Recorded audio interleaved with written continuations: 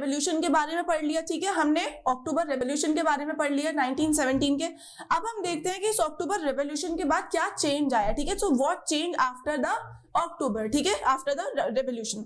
अब देखो ये जो बोल्शेविक है ये प्राइवेट प्रॉपर्टी के एकदम अगेंस्ट है, ठीक है, हम पहले ही पढ़ चुके हैं, ठीक है। ये ट्रू कम्युनिस्ट थे, ट्रू मार्क्सिज्म को फॉलो करने वाले थे, मार्क्स को फॉलो करने वाले थे, ठीक है।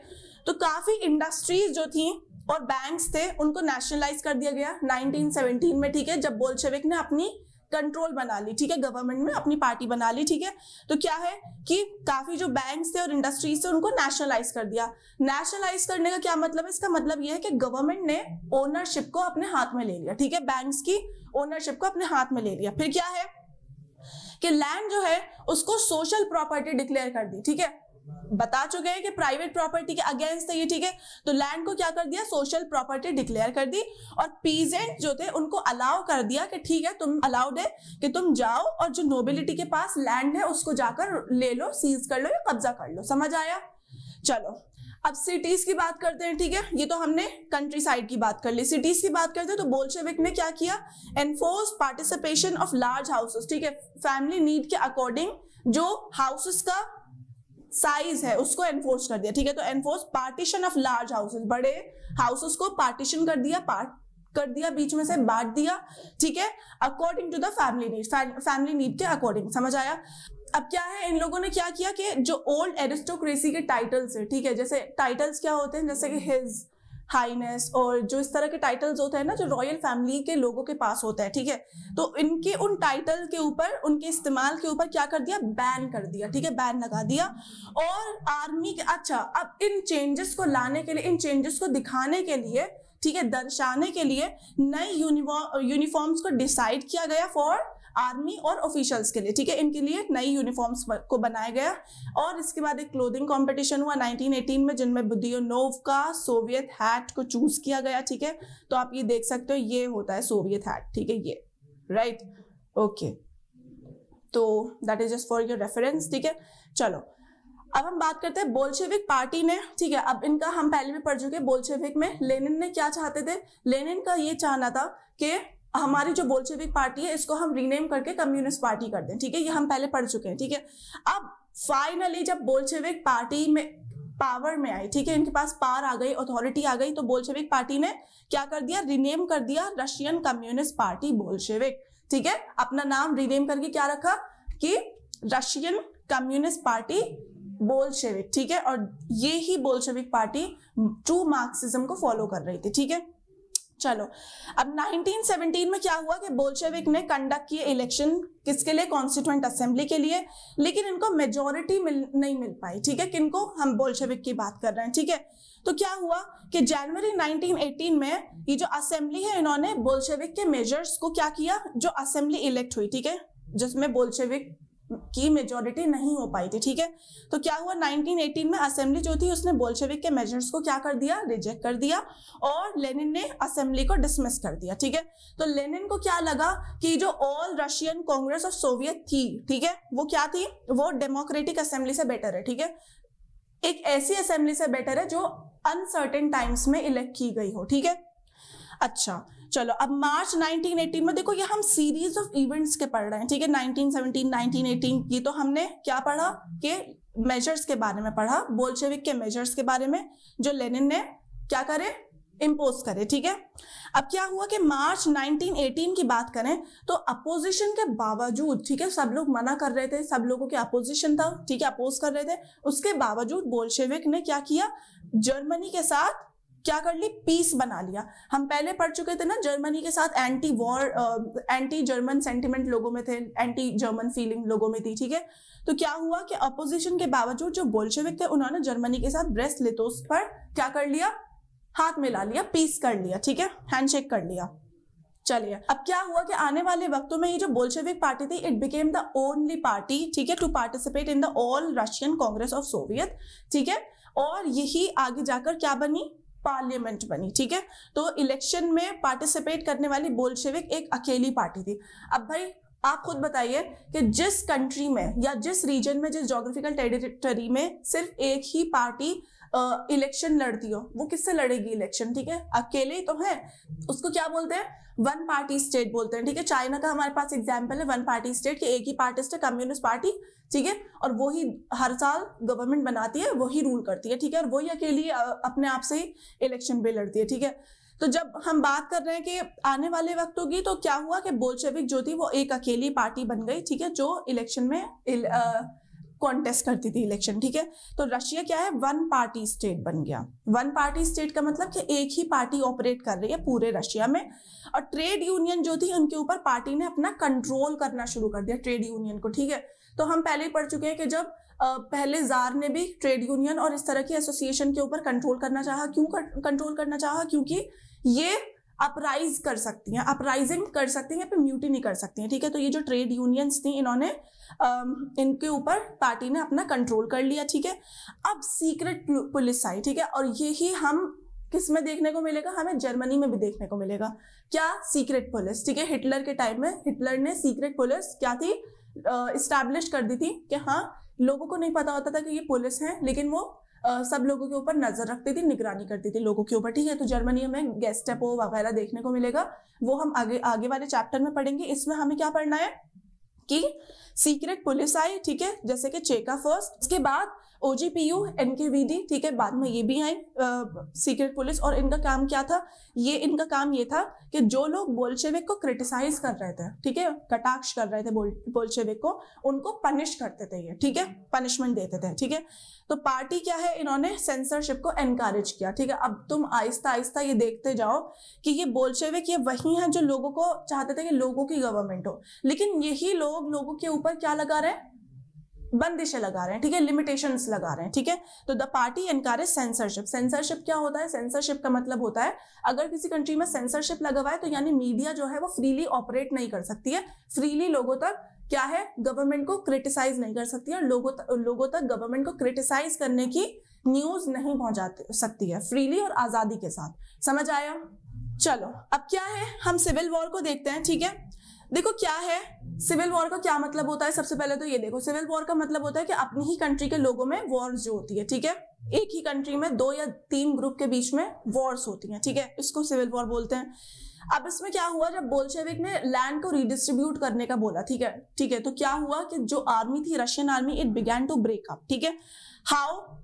ऐसा इसलिए क्योंकि जो सोल्जर थे वो ज्यादातर पीजेंट थे। ठीक है, और ये जो पीजेंट थे ये वापस जब लैंड रिडिस्ट्रीब्यूट हुई तो वापस चले गए, अपने घर वापस चले गए। ठीक है, जब वापस चले गए तो आर्मी डिजर्टेड। ठीक है, आर्मी क्या हो गई? ब्रेकअप होना शुरू हो गई। ठीक है, ज्यादातर बोल्शेविक सोशलिस्ट थे, लिबरल्स थे या सपोर्टर्स जो थे ऑटोक्रेसी के, उन्होंने बोल्शेविक की अपराइजिंग को क्या किया? कंडेम किया, यानी कि मुखालफत करी। किसकी? बोल्शेविक की। ठीक है, तो क्या है कि their leader move to south Russia. ठीक है, साउथ रशिया मूव कर गए और क्या है, ट्रूप्स ऑर्गेनाइज करी बोल्शेविक्स को फाइट करने के लिए। ठीक है, साउथ रशिया जो थे लीडर्स मूव कर गए और क्या करी? ट्रूप्स ऑर्गेनाइज करी बोल्शेविक्स को फाइट करने के लिए। ठीक है, अब आपने देखा होगा कि जो कम्युनिस्ट होते हैं उनको रेड कलर से डिनोट करते हैं। ठीक है, तो ये बोल्शेविक जो थे देवर द रेड्स। समझ आया? Red colour. ओके, अब क्या है कि 1918 और 1919 के बीच में ये जो सोशलिस्ट थे इनको ग्रीन से सिग्निफाई करते हैं। ठीक है, डिनोट करते हैं। और जो प्रो जारिस्ट थे, ठीक है,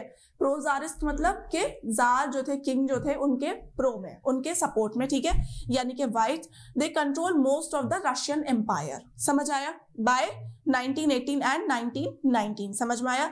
अब ये जो थे यानी कि ये सोशलिस्ट हो गए, प्रो जारिस्ट हो गए, they were backed by French, American, British और जापानीज ट्रूप। अब भाई क्यों ये लोग क्यों सपोर्ट कर रहे थे? इनका क्या इंटरेस्ट था? इनका ये इंटरेस्ट था कि ये जो कंट्रीज थी, ठीक है, they were worried on the developments in Russia. ठीक है, उन्हें परेशानी हो रही थी, वरी थे ये लोग, यानी कि ये ट्रूप्स यानी कि कंट्रीज के जो भी रशिया में डेवलपमेंट्स हो रहे हैं, यहाँ पे ग्रोथ हो रही है, वो नहीं होनी चाहिए। ठीक है, तो इन्होंने अपनी अपनी ट्रूप्स भी भेजी कि भाई जो भी हो रहा है इसको खत्म करो। ठीक है, और ये इन ट्रूप्स ने किनकी हेल्प करी? सोशलिस्ट की या प्रोजारिस्ट की। समझ आ रहा है? ओके, नाउ अब क्या हुआ कि ये जो ट्रूप्स थी, ठीक है, यानी कि जो हमारी सोशलिस्ट और प्रोजारिस्ट ट्रूप्स वगैरह हो गई और वर्सेस द बोल्शेविक ट्रूप। ठीक है, तो ये जो ट्रूप थी और इन बोल्शेविक में और इन ट्रूप्स में जब सिविल वॉर हुई, ठीक है, जब ये लोग सिविल वॉर लड़ रहे थे तो क्या हुआ, लूटिंग हो गई, बैंडिटरी हो गई, यानी कि गून्स, ओके, बैंडिटरी हो गई, okay, and famine became common problem, ठीक है, ये कॉमन प्रॉब्लम हो गई रशिया की, ठीक है। और ये क्यों हुई, क्योंकि ये जो दो पार्टीज थी, ठीक है, जो गवर्नमेंट को चला रही थी, गवर्नमेंट को रन कर रही थी, यही आपस में लड़ रही थी। जब यही आपस में लड़ रही है तो पूरे कंट्री का तो आप समझ ही सकते हो क्या हो रहा होगा, ठीक है।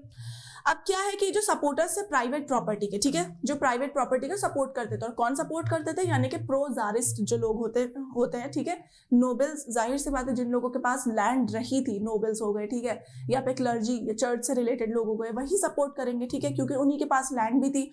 तो क्या है कि जो सपोर्टर थे प्राइवेट प्रॉपर्टी के, ठीक है, अमंग वाइट्स, वाइट कौन थे, प्रो जारिस्ट, राइट, इन लोगों ने हार्श स्टेप लिए, किनसे, पीजेंट से, हु सीज लैंड, ठीक है, इन लोगों ने एक बदला टाइप बोल सकते हो आप, ठीक है, तो they took harsh step with peasant who seize land, ठीक है। अब इनके इन हार्श स्टेप्स की वजह से क्या हुआ कि जो नॉन बोल्शेविक्स हैं उनका जो पॉपुलैरिटी थी कंट्री में वो कम हो गई, ठीक है, तो it led to the loss of popular support, लोग जो सपोर्ट कर रहे थे वो कम से खत्म हो गया, समझ आया। और ऐसा क्यों हुआ, क्योंकि जो प्रो जारिस्ट थे, वाइट थे, दे टुक हार्श स्टेप उन लोगों के लिए, उन लोगों से, उन पीजेंट से जिन्होंने इन लोगों से लैंड ले ली थी, लैंड रीडिस्ट्रीब्यूट हुई थी ना, रिमेंबर, ओके। तो क्या हुआ कि बाय 1920 बोल्शेविक जो थे ज्यादातर रशियन एम्पायर के पार्ट को कंट्रोल कर रहे थे। अच्छा, अब हमने देखा कि पूरा रशिया पर तो ऑलमोस्ट ज्यादातर रशियन एम्पायर पर कौन कर रहे थे, सोशलिस्ट और प्रोजारिस्ट, ठीक है। तो ये बोल्शेविक किस तरह से जीत पाए, देखो ये लोग ना नॉन रशियन नेशनलिस्ट और मुस्लिम जदीदिस्ट, ठीक है, इनके सपोर्ट से ये जो बोल्शेविक थे ये दोबारा से रशियन एम्पायर पर कंट्रोल कर पाए। लेकिन देखो जब हम इनकी बात करते हैं तो लोगों में ना एक डिलेमा आ गया बोल्शेविक को लेकर। ऐसा क्यों, क्योंकि कई जगहों पर क्या देखने को मिला था कि ये जो बोल्शेविक हैं ये खुद काफी ब्रुटैलिटी करते हैं। जैसे कि एक जगह है सेंट्रल एशिया में, खिबा, ठीक है, तो खिबा में क्या देखने को मिला कि जो बोल्शेविक कॉलोनिस्ट थे, ठीक है, इन्होंने काफी ब्रूटली मैसेकियर किया, किसको, लोकल नेशनलिस्ट को, in the name of socialism, ठीक है, सोशलिज्म के नाम पर या फिर सोशलिज्म को बचाने के नाम पर इन्होंने काफी ब्रूटली मैसेकियर किया लोकल नेशनलिस्ट को, किन्होंने, बोल्शेविक कॉलोनिस्ट ने, ठीक है।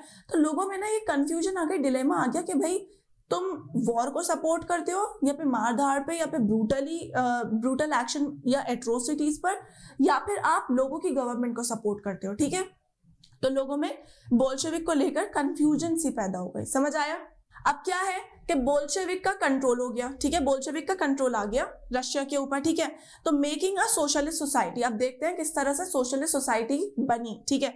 तो सिविल वॉर के दौरान जो बोल्शेविक थे, ठीक है, अभी हमने ऊपर सिविल वॉर की बात करी है ना, सिविल वॉर किसके बीच में हुई थी, बोल्शेविक के बीच में, और किसके बीच में हुई थी, सोशलिस्ट यानी कि ग्रीन्स और प्रो जेरिस्ट यानी कि व्हाइट, तो green whites versus the Reds, समझ में आया। रेड जो थे वो सोशलिस्ट बोल्शेविक थे यानी कि कम्युनिस्ट है, ठीक है। तो क्या हुआ कि सोशलिस्ट सोसाइटी की जब हम बात करते हैं तो सिविल वॉर के दौरान जो बोल्शेविक थे, ठीक है, उन्होंने क्या किया कि दे केप्ट इंडस्ट्रीज और बैंक नेशनलाइज, ठीक है, बैंकों को गवर्नमेंट के कंट्रोल में रखा, स्टेट के कंट्रोल में रखा, इंडस्ट्रीज और बैंक को नेशनलाइज रखा, ठीक है। और क्या परमिशन दे दी, permitted to cultivate the land that has been socialise, ठीक है, जो सोशलाइज लैंड थी, लोगों की लैंड थी, ठीक है, लोगों में रीडिस्ट्रीब्यूट हुई थी, राइट, उसको कल्टीवेट करने की परमिशन दे दी। और use confiscated land to demonstrate what collective work could be, ठीक है। अभी हम आगे कलेक्टिवाइजेशन पढ़ेंगे, यानी कि जो लैंड को एक साथ पूल कर दिया था, ठीक है। तो ये जो कॉन्फिस्केटेड लैंड थी जिसको जब्त कर लिया था, ठीक है, किनसे, जो भी बड़े बड़े लैंड ओनर्स थे उनसे, जो कॉन्फिस्केट कर लिया था, उसको यूज किया to demonstrate what collective work could be. देखो सोशलिज्म हो गई या कम्युनिज्म हो गई, इसका क्या मतलब है, इसमें हम कलेक्टिव वर्क को देखते हैं, है ना, सब सोसाइटी के लोग एक साथ मिलकर काम करते हैं, समझ आ रहा है ना। तो इसीलिए हम उसी कलेक्टिव वर्क की यहाँ पर बात कर रहे हैं, ठीक है। अब क्या है कि प्रोसेस ऑफ सेंट्रलाइज प्लानिंग जो है उसको इंट्रोड्यूस करा गया। सेंट्रलाइज प्लानिंग का क्या मतलब है कि प्लानिंग होगी एट द सेंट्रल लेवल, ठीक है। तो जैसे हमने अपनी कंट्री में 5 ईयर प्लान देखने को मिलते हैं, 5 साल के प्लान पहले बनते थे, अब तो नीति आयोग ट्रांसफर हो गई है, ठीक है। तो क्या है, नीति आयोग को ट्रांसफर हो गई है पावर, ठीक है। तो क्या है कि यहाँ पर भी 5 ईयर प्लान देखने को मिले, ठीक है। तो गवर्नमेंट जो है fix coal prices to promote industrial growth, ठीक है। फर्स्ट 2 प्लान में गवर्नमेंट ने क्या किया के कॉल प्राइसेस को फिक्स कर दिया, ठीक है, किसमें, 5 ईयर प्लान्स में, ठीक है। और ये 5 ईयर प्लान कौन से, 1927 से 1932 और 1933 से 1938 वाले, ठीक है। अब क्या है, हम इन सेंट्रलाइज प्लानिंग की बात कर रहे थे, तो सेंट्रल लेवल पर प्लानिंग हुई कंट्री के लिए, कंट्री के इकोनॉमिक और सोशल स्ट्रक्चर के लिए, ठीक है, सेंट्रल लेवल पर। तो इससे क्या हुआ, it lead to economic growth, ठीक है, इकोनॉमिक ग्रोथ रशिया में देखने को मिली। Why, because of the centralise planning, समझ आया। अब क्या है कि इंडस्ट्रियल प्रोडक्शन जो था वो 1929 और 1933 के बीच में इंक्रीज हुआ, कितना, by 100% in the case of oil, coal and steel, समझ आया। और नई फैक्ट्री और सिटीज जो हैं वो स्टैब्लिश हुई, स्थापना हुई, ठीक है। तो हमें नई फैक्ट्री वगैरह और नई फैक्ट्री सिटीज बनी, ठीक है। तो हमें उससे क्या देखने को मिला कि उससे हमारा जो इकोनॉमी है रशिया में उसकी ग्रोथ हुई, ठीक है, उसको डेवलप किया गया, ठीक है। लेकिन ये जो रैपिड कंस्ट्रक्शन हो रहा था रशिया में, ठीक है, इसकी वजह से क्या हुआ, it led to the poor working condition, ठीक है, और hard life of the worker की लाइफ मिजरेबल हो गई, ठीक है। और भी हमने पहले पढ़ा है किस तरह से, ठीक है। तो क्या है कि एक्सटेंडेड स्कूल सिस्टम भी डेवलप किया है इस टाइम पीरियड में, ठीक है, जब बोल्शेविक की गवर्नमेंट बन गई, ठीक है। अब क्या है कि एक्सटेंडेड स्कूलिंग सिस्टम के अलावा क्या अरेंजमेंट थे, कि arrangement for factory worker and peasant to enter universities, ठीक है। तो एक पर्टिकुलर यूनिवर्सिटीज थी, किनके लिए, फैक्ट्री वर्कर और पीजेंट के लिए अरेंजमेंट किए गए कि ये यूनिवर्सिटीज जाकर एजुकेशन में पढ़ें। क्रेचेस जो थे उनको एस्टैब्लिश किया गया कहाँ पर, in the factories for the children of women worker, जितने भी विमेन वर्कर थी उनके बच्चों के लिए क्रेचेस एस्टैब्लिश किए गए, ठीक है। Cheap public health care provide की गई, ठीक है। तो ये सब एक्शन जो लिए गए ना, ये वर्कर्स की कंडीशन को सुधारने के लिए लिए गए, ठीक है। और मॉडल लिविंग क्वार्टर जो थे वो वर्कर्स के लिए सेटअप किए गए, यानी कि लिविंग क्वार्टर यानी लिविंग एकोमोडेशन वाली जो पार्ट है उसमें थोड़ा सा सुधार किया गया है, ठीक है। तो ये सब किसके लिए था, वर्कर के सुधार के लिए, वर्कर के लिविंग कंडीशन के सुधार के लिए, ठीक है। चलिए अब क्या है, लेकिन इन सब का जो इफेक्ट था, the effect of all this uneven as government resources were limited, ऐसा नहीं था कि हर जगह पर सेम था, ठीक है, अनइवन था। और अनइवन क्यों था, क्योंकि गवर्नमेंट के जो रिसोर्सेज थी ना वो लिमिटेड थी, बहुत अमीर नहीं थी गवर्नमेंट, ठीक है। तो उनकी रिसोर्सेज जो थी वो लिमिटेड थी और इसीलिए जो इसका इफेक्ट था वो अनइवन था, ठीक है। अब हम पढ़ते हैं स्टालिनिज्म एंड कलेक्टिवाइजेशन। देखो कलेक्टिवाइजेशन का मतलब सबसे पहले समझो, कलेक्टिवाइजेशन का मतलब ये होता है कि जब लैंड अलग अलग, ठीक है, हमने क्या देखा, अलग अलग लैंड है, ठीक है, ये लैंड को जब हमने एक बना दिया, ठीक है, जोड़कर एक बना दिया इस लैंड को, तो हमें क्या देखने को मिला, कलेक्टिवाइजेशन, यानी कि कलेक्ट कर लिया, ठीक है, लैंड को एक जगह, उसके बाद जिसको जितनी जरूरत है उसको उतनी लैंड दे दी, ठीक है। तो बाय 1927 टू 28 जो टाउन थे रशिया में, they were facing acute problem, grain supply की एक्यूट प्रॉब्लम फेस कर रहे थे, ठीक है, टाउन 1927 से 1928 के बीच में। तो क्या हुआ कि जो गवर्नमेंट था उसने सेलिंग प्राइसेस को फिक्स कर दिया, ठीक है, ये जो ग्रेन के सेलिंग प्राइसेस है इनको फिक्स कर दिया, ठीक है। और पीजेंट जो थे उन्होंने इस प्राइस पर, जो फिक्स प्राइस किए थे गवर्नमेंट ने, उस पर सेल करने से मना कर दिया कि भाई हम नहीं बेच रहे अपने ग्रेन को इस प्राइसेस पर जो कि गवर्नमेंट ने फिक्स किए हैं, ठीक है। अब आते हैं जोसेफ स्टालिन। जोसेफ स्टालिन कौन है, ये जेंटलमैन, ठीक है। तो ये जोसेफ स्टालिन है। अब हमें क्या देखने को मिला कि ये जो जोसेफ स्टालिन है इन्होंने पार्टी को लीड किया आफ्टर द डेथ ऑफ किसकी, व्लादिमीर लेनिन, ठीक है। तो स्टालिन का क्या मानना था कि ये जो रिच पीजेंट है और ट्रेडर्स हैं कंट्री साइड में, they are holding stock in the hope of higher prices, इनको ये लगता है कि आगे जाकर जो प्राइसेस हैं वो बढ़ जाएंगे, तो स्टॉक को वो रोक रहे हैं ताकि आगे जाकर जब बढ़े हुए प्राइसेस पर बेचेंगे तो इनको ज्यादा प्रॉफिट हो, ठीक है। तो 1928 में पार्टी मेंबर्स ने ग्रेन प्रोड्यूसिंग एरियाज को टूर किया, ठीक है, और सुपरवाइज किया और रेड किया, किनको, छापा मारा, किनके ऊपर, कुलक्स के ऊपर। अब ये कुलक कौन है, कुलक्स यानी well to do peasant, well to do peasant मतलब जो अमीर पीजेंट है, जिनके पास थोड़ा मतलब जिनके पास लैंड है या फिर रिसोर्सेज हैं, ठीक है। तो कुलक्स, याद रखना, kulaks the well to do peasant, ठीक है। तो इन्होंने क्या किया, 1928 में पार्टी मेंबर्स ने इस तरह के कुलक्स के ऊपर छापा मारा, ठीक है। अब जैसे शॉर्टेजेस कंटिन्यू रही, ठीक है, तो डिसीजन क्या लिया गया, पार्टी ने डिसीजन लिया कि फार्म्स को कलेक्टिवाइज कर देते हैं। अब इसका क्या मतलब है, हम ऊपर पहले ही समझ चुके हैं कि छोटी छोटी लैंड होल्डिंग को एक साथ जोड़ देते हैं, ठीक है। तो एक साथ जोड़ देते हैं और उनके ऊपर फार्मिंग करते हैं, खेती बाड़ी करते हैं, और उसके बाद जो भी प्रॉफिट होगा उसको फिर हम बांट लेंगे, ठीक है। तो फार्म्स को कलेक्टिवाइज करने का डिसीजन लिया गया, ठीक है। अब क्या आर्ग्यू किया गया कि शॉर्टेजेस जो है वो क्या है, क्यों है, क्योंकि जो लैंड है, लैंड होल्डिंग है, वो काफी स्मॉल है, ठीक है। स्मॉल लैंड होल्डिंग की वजह से शॉर्टेजेस आ रही हैं, ठीक है। तो अगर इन्होंने कहा, पार्टी ने बोला कि अगर हम इन लैंड को क्या कर देते हैं, एक साथ मिला देते हैं, लैंड स्मॉल लैंड होल्डिंग्स है, इनको एक साथ मिलाकर एक बड़ी लैंड बना लेते हैं, तो हमें क्या करने को मिलेगा, हमें ये जो फूड शॉर्टेज हो रही है वो हमारी टैकल हो सकती है और वो हम कम कर सकते हैं, ठीक है। लेकिन क्या हुआ, 1917 के बाद में लैंड जो थी वो पीजेंट्स को दे दी गई, समझ आ रहा है। अब क्या है कि जो स्मॉल साइज पीजेंट के फार्म्स है, ठीक है, इनको मॉडर्नाइज नहीं किया जा सकता था, क्यों, क्योंकि इनके बहुत स्मॉल साइज है, ठीक है। तो मॉडर्न फार्म को डेवलप करने के लिए और उनको इंडस्ट्रियल लाइन के अलाइनमेंट में चलाने के लिए, ठीक है, इंडस्ट्रियलाइज बनाने के लिए क्या नेसेसरी था कि ये जो कुलक्स हैं, यानी कि वेल टू डू पीजेंट है, ठीक है, अमीर पीजेंट्स हैं, इनको क्या एलिमिनेट करो, ठीक है, और पीजेंट से लैंड लेकर किसको दे दो, स्टेट को दे दो, ठीक है, यानी कि स्टेट कंट्रोल करे उन लैंड्स को, उन फार्म की लैंड्स को स्टेट कंट्रोल करे, और लोग उनके ऊपर, वो जो स्टेट कंट्रोल लैंड है उसके ऊपर लोग क्या करें, कल्टीवेशन करें, खेती बाड़ी करें, ठीक है।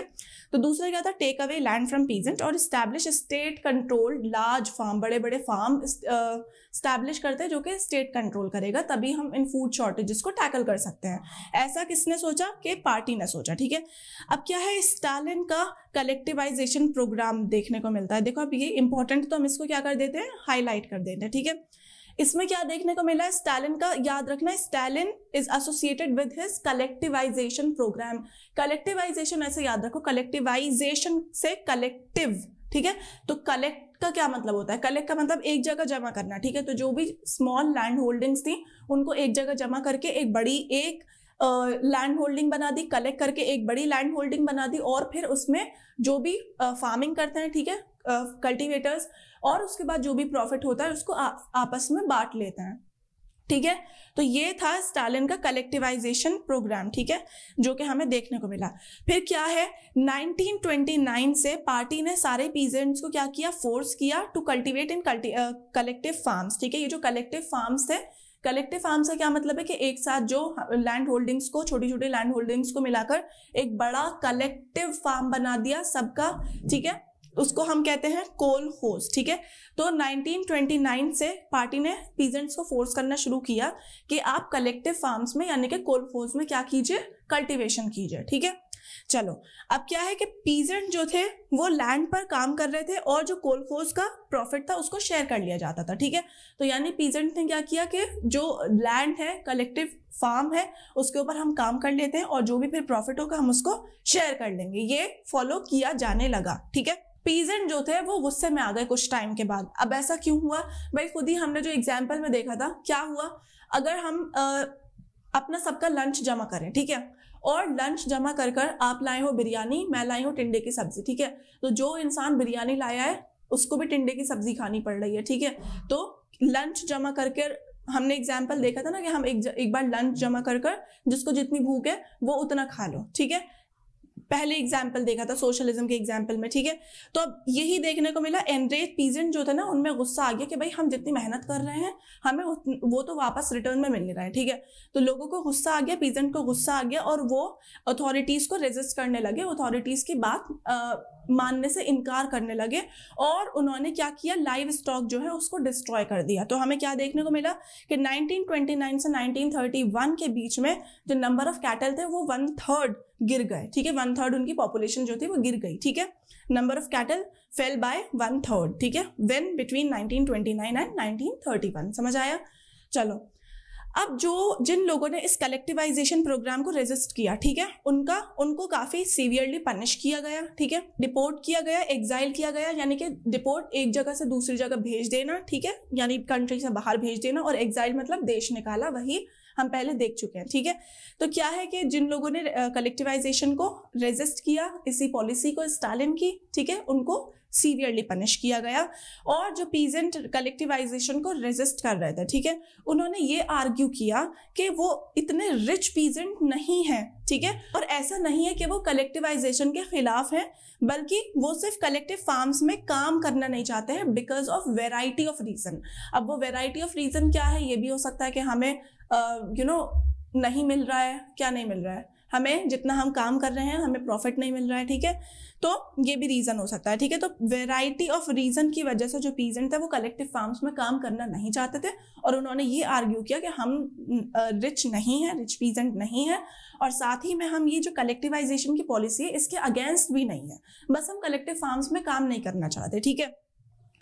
तो क्या हुआ इस बदले में, क्या स्टालिन जो है, स्टालिन की गवर्नमेंट ने इंडिपेंडेंट कल्टीवेशन अलाउ कर दी कि ठीक है, अगर नहीं काम करना चाहते कलेक्टिव फार्म्स में तो जो इंडिपेंडेंट कल्टीवेशन है आप वो कर सकते हो, ठीक है, अकेले खुद की कल्टीवेशन अपने खुद की उस पर, ठीक है, लैंड पर। लेकिन इस तरह के जो कल्टीवेटर्स थे ना, इनको अनसिंपैथेटिकली क्या किया गया, ट्रीट किया गया, इनके साथ कोई हमदर्दी या फिर कोई इनके लिए सहूलतें नहीं दी गई, कोई हमदर्दी इनके साथ नहीं बरती गई, समझ आया।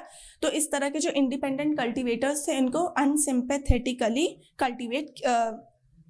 ट्रीट किया गया, ओके। अब क्या है, ये हमारा कार्टून है कि स्टालिन के, जोसेफ स्टालिन का, okay, you can see him as dictator, ठीक है, काफी लोगों ने इन्हें डिक्टेटर भी बोला। अब देखो क्या है, collectivisation, despite of this collectivisation, ठीक है, तो प्रोडक्शन जो था वो इंक्रीज नहीं हुआ। हमने ऊपर क्या देखने को मिला कि स्मॉल लैंड होल्डिंग्स को मिलाना चाहा, और वो क्यों मिलाया, कलेक्टिवाइज क्यों किया, कलेक्ट क्यों किया, ताकि हम प्रोडक्शन को इंक्रीज कर सकें, ऐसा स्टालिन की गवर्नमेंट को लगा। लेकिन कलेक्टिवाइजेशन होने के बावजूद जो प्रोडक्शन था वो इंक्रीज नहीं हुआ इमीडिएटली, ठीक है। इनफैक्ट क्या हुआ कि जो बैड हार्वेस्टिंग 1930 और 1933 के बीच में जो खराब फसल उगी, ठीक है, बैड हार्वेस्ट हुई, उसकी वजह से one of the most devastating famine आया, कहाँ पर, सोवियत हिस्ट्री में, ठीक है, सोवियत यानी कि यूएसएसआर की हिस्ट्री में one of the most devastating famine, ठीक है, और 4 मिलियन लोगों की डेथ हो गई। 4 मिलियन का मतलब है 40 लाख लोगों की डेथ हो गई, समझ आया।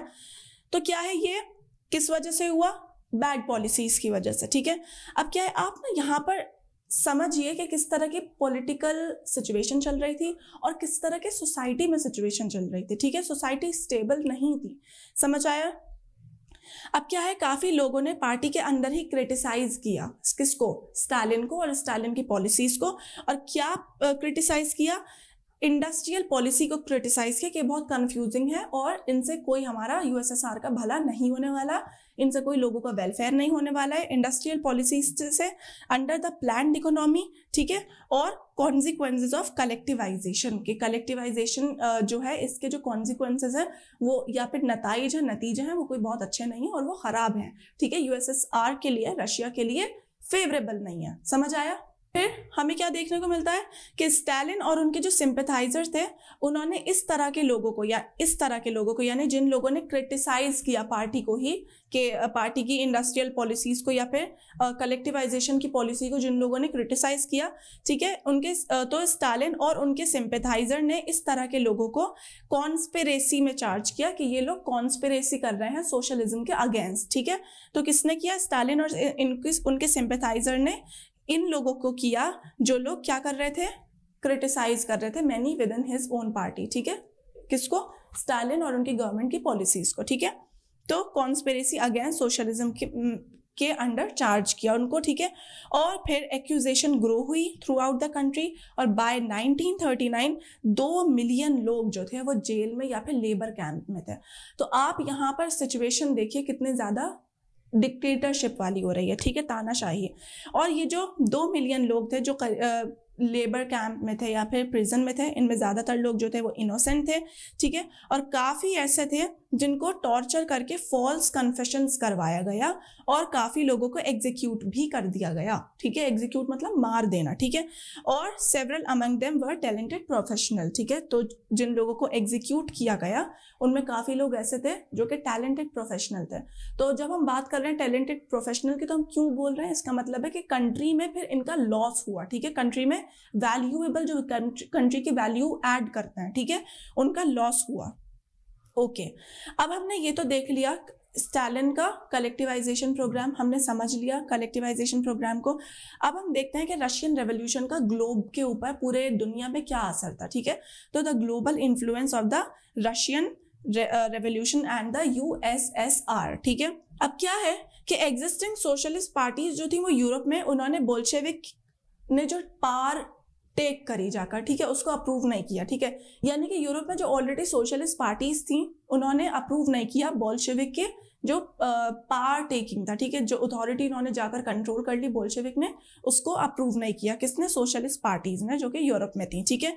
लेकिन जो पॉसिबिलिटी है एक वर्कर स्टेट की, उसने लोगों की इमेजिनेशन को इन्फ्लुएंस किया, ठीक है। भले ही लोगों ने अप्रूव नहीं किया बोल्शेविक टेकिंग पावर को, ठीक है, बोल्शेविक की अथॉरिटी लेने को अप्रूव नहीं किया, लेकिन फिर भी जो पॉसिबिलिटी है एक वर्कर्स का स्टेट इस्टेब्लिश करने की, ठीक है, उसको क्या, उसने लोगों की इमेजिनेशन को बड़ा प्रभावित किया, ठीक है, इमेजिनेशन को इन्फ्लुएंस किया और लोग इस वर्कर स्टेट से रिलेटेड आइडियाज सोचने लगे। समझ आ रहा है?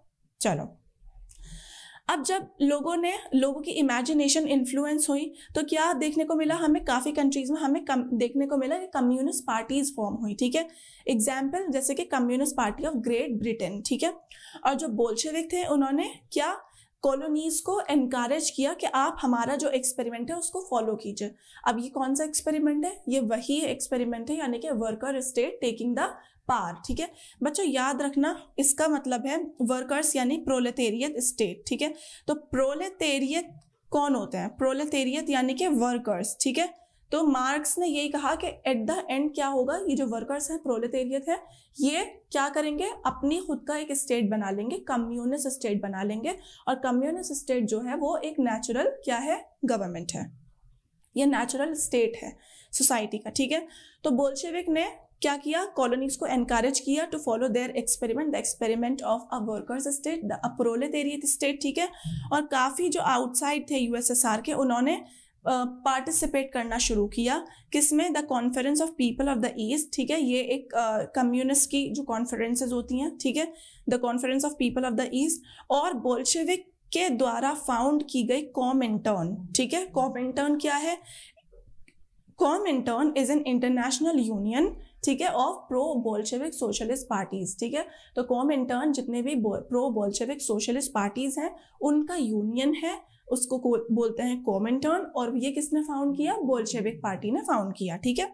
तो कुछ ऐसे भी थे जिन्होंने यूएसएसआर की communist university of the workers of the east में एजुकेशन ली, ठीक है, कम्युनिस्ट यूनिवर्सिटी, समझ आ रहा है, नाम से ही पता चल रहा है। और by the second world war USSR had given socialism a global face, ठीक है। तो यूएसएसआर की वजह से सेकेंड वर्ल्ड वॉर तक, bye the end of second world war यानी कि 1945 के करीब जो सोशलिज्म था उसको एक ग्लोबल फेस मिल गया, वो ग्लोबली क्या हो गया, मशहूर हो गया, ठीक है। अब क्या है, 1950 तक, बाय 1950 ऐसा एक्नॉलेज किया गया कि जो स्टाइल ऑफ गवर्नमेंट है यूएसएसआर में, वो it was not in the idols of the Russian revolution. जो रशियन रेवोल्यूशन के आइडल्स थे उनके अलाइनमेंट में नहीं है, ठीक है। क्या स्टाइल ऑफ गवर्नमेंट जो है यूएसएसआर में वो रशियन रेवोल्यूशन के आइडल्स के अलाइनमेंट में नहीं है, ठीक है। तो क्या हुआ कि by the end of 20th century international reputation जो थी यूएसएसआर की एज अ सोशलिस्ट कंट्री वो गिरने लगी, ठीक है। लोगों ने ये क्यों, लोगों ने रियलाइज किया कि ये जो कंट्री है यूएसएसआर, ठीक है, देखो यूएसएसआर क्यों नाम यूज हो रहा है, क्योंकि 1923 के बाद रशिया का जो नाम है, सोवियत यूनियन का नाम, वो यूएसएसआर हो गया था, ठीक है। तो क्या है कि जो इंटरनेशनल रेपुटेशन है यूएसएसआर की एज अ सोशलिस्ट कंट्री वो गिरने लगी, क्योंकि लोगों को लगने लगा कि ये जो स्टाइल ऑफ गवर्नमेंट है यहाँ पर वो सही नहीं है, ठीक है। It is not in alignment with the idols of the Russian revolution, ठीक है। लेकिन उसके बावजूद ये जो सोशलिस्ट आइडियाज थे, ठीक है, या फिर सोशलिस्ट आइडियल्स थे, ठीक है, they still enjoyed respect among it's people, ठीक है। तो लोग स्टिल सोशलिज्म के आइडियाज को रिस्पेक्ट करते हैं, ठीक है, और उन पे डिबेट्स और डिस्कशंस होती हैं, समझ आ रहा है। तो स्टिल भले ही लोगों ने ये रियलाइज किया कि इट इज़ नॉट इतना उसको रेपुटेशन नहीं मिला, बट स्टिल आइडियाज जो थे सोशलिस्ट के वो लोग उनसे इंस्पायर हुए, इन्फ्लुएंस हुए, प्रभावित हुए, और जो सोशलिस्ट आइडियल है they still enjoy respect among it's people, ठीक है। तो क्या देखने को मिलेगा, हर कंट्री में हमें देखने को मिलेगा जो सोशलिज्म है उसको रीथॉट किया गया, उसको नए तरीके से फॉलो किया गया। जैसे हम इंडिया की बात करेंगे तो हमें देखने को मिलेगा India is a socialist country, right, हमारे प्रीएम्बल में ऐसा लिखा हुआ है, ठीक है। तो ऐसा नहीं है कि एक ही सोशलिस्ट मॉडल है सब उसी को फॉलो करते हैं, बल्कि कंट्रीज ने अपने अपने सोशलिस्ट मॉडल जो है वो एक्सपेरिमेंट किए, ठीक है, फॉलो किए, और सोशलिज्म को एक नई तरीके से सोचा जाने लगा, रीथॉट किया गया और नए आइडियाज को फॉलो किया गया, अडॉप्ट किया गया। ठीक है, अब देखो बच्चों, इसी के साथ हमारा चैप्टर फिनिश हो जाता है, चैप्टर नंबर 2 यानी कि Russian socialism in Europe and the Russian revolution. और हमें यहाँ पर क्या देखने को मिला, हमने चैप्टर में 2 चीजें पढ़ी, socialism in Europe and the Russian revolution. Russian revolution में हमने 3 रेवोल्यूशन के बारे में पढ़ा, 1905 का रेवोल्यूशन, 1917 का फेब्रुअरी रेवोल्यूशन, 1917 का अक्टूबर रेवोल्यूशन। ठीक है, 1905 में और रशिया जो था वो ऑटोक्रेसी से कॉन्स्टिट्यूशनल मोनार्की बन गया। 1917 के फेब्रुअरी रेवोल्यूशन में वर्कर्स के बीच में और जार के बीच में हुआ और जार जो है उनको अपनी पार छोड़नी पड़ी, एब्डिकेट करनी पड़ी। 1917 के किसमें, अक्टूबर रेवोल्यूशन में हमें देखने को मिला कि बोल्शेविक और प्रोविजनल गवर्नमेंट के बीच में क्लैश हुआ और जिसमें बोल्शेविक की जीत हुई और रशिया में फाइनली एक कम्युनिस्ट गवर्नमेंट बन गई और कम्युनिस्ट आइडल जो है वो फॉलो किए जाने लगे। समझ आया? हमने मार्क्स और एंजल्स के बारे में भी देखा and I hope you have enjoyed the whole chapter.